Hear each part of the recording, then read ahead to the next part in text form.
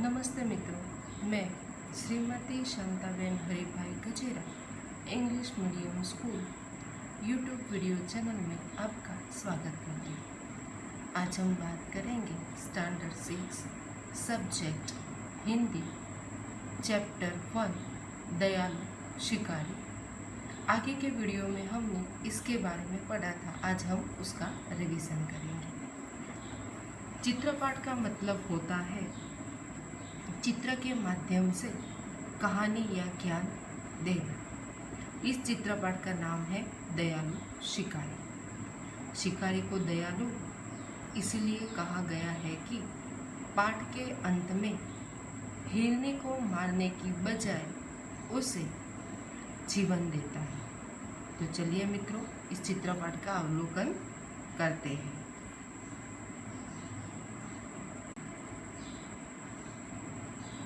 एक घना जंगल था। जंगल में बहुत सारे पेड़ थे। आम का पेड़, बेरी का पेड़, जामुन का पेड़, बरगद का पेड़, ऐसे बहुत सारे पेड़ थे। उसी जंगल में एक दिन एक शिकारी शिकार की तलाश करते हुए आ पहुंचा।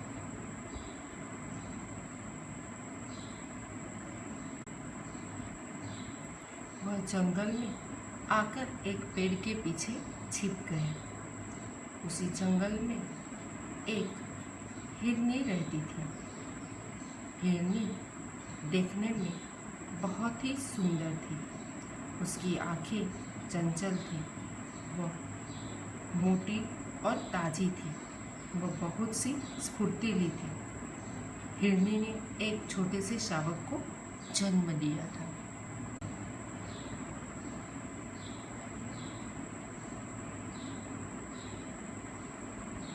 तभी शिकारी की बंदूक से गोली चलती है। गोली हिरनी की टांग में लगती है। गोली लगने की वजह से हिरनी को बहुत सारा खून निकलता है। हिरनी वहीं बैठ जाती है और उसकी आंखों से अश्रु की धारा बहने लगती है। शिकारी हिरनी के पास आता है और देखता है कि बंदूक की गोली हिरनी की टांग पर लगी है। तब शिकारी को बहुत पछतावा होता है।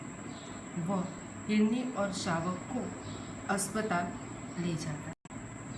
गोली की आवाज़ सुनकर बाकी हिरन वहाँ से भाग जाते हैं, लेकिन ये हिरनी वहीं बैठ जाती है।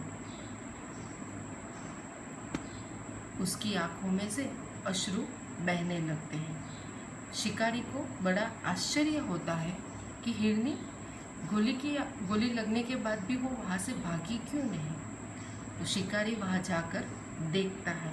उसने देखा कि हिरनी ने हाल ही में एक छोटे से शावक को जन्म दिया है और यह देखकर शिकारी को बहुत पछतावा हुआ।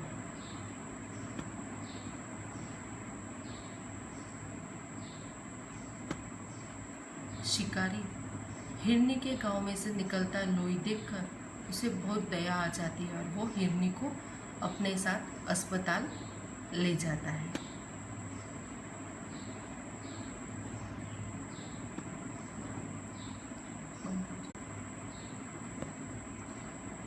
डॉक्टर उसके पैर में से गोली निकालकर उस पर मलहम पट्टी करता है। गोली निकलने की वजह से हिरनी को अच्छा लगता है।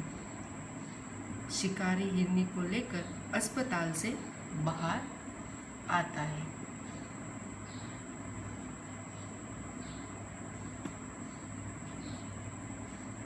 और हिरनी को उसी जंगल में जहाँ गोली लगी थी वहाँ छोड़ आता है। हिरनी बहुत खुश थी।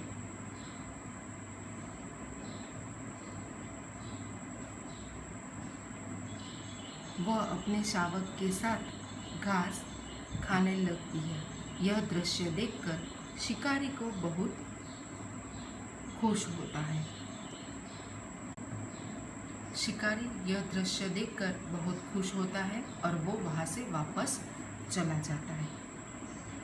तो बच्चों, इस कहानी से हमें क्या सीख मिलती है कि हमें कभी भी किसी भी जीव को मारना नहीं चाहिए। इस धरती पर पशु, पक्षी और अन्य सभी जीवों को जीने का अधिकार है।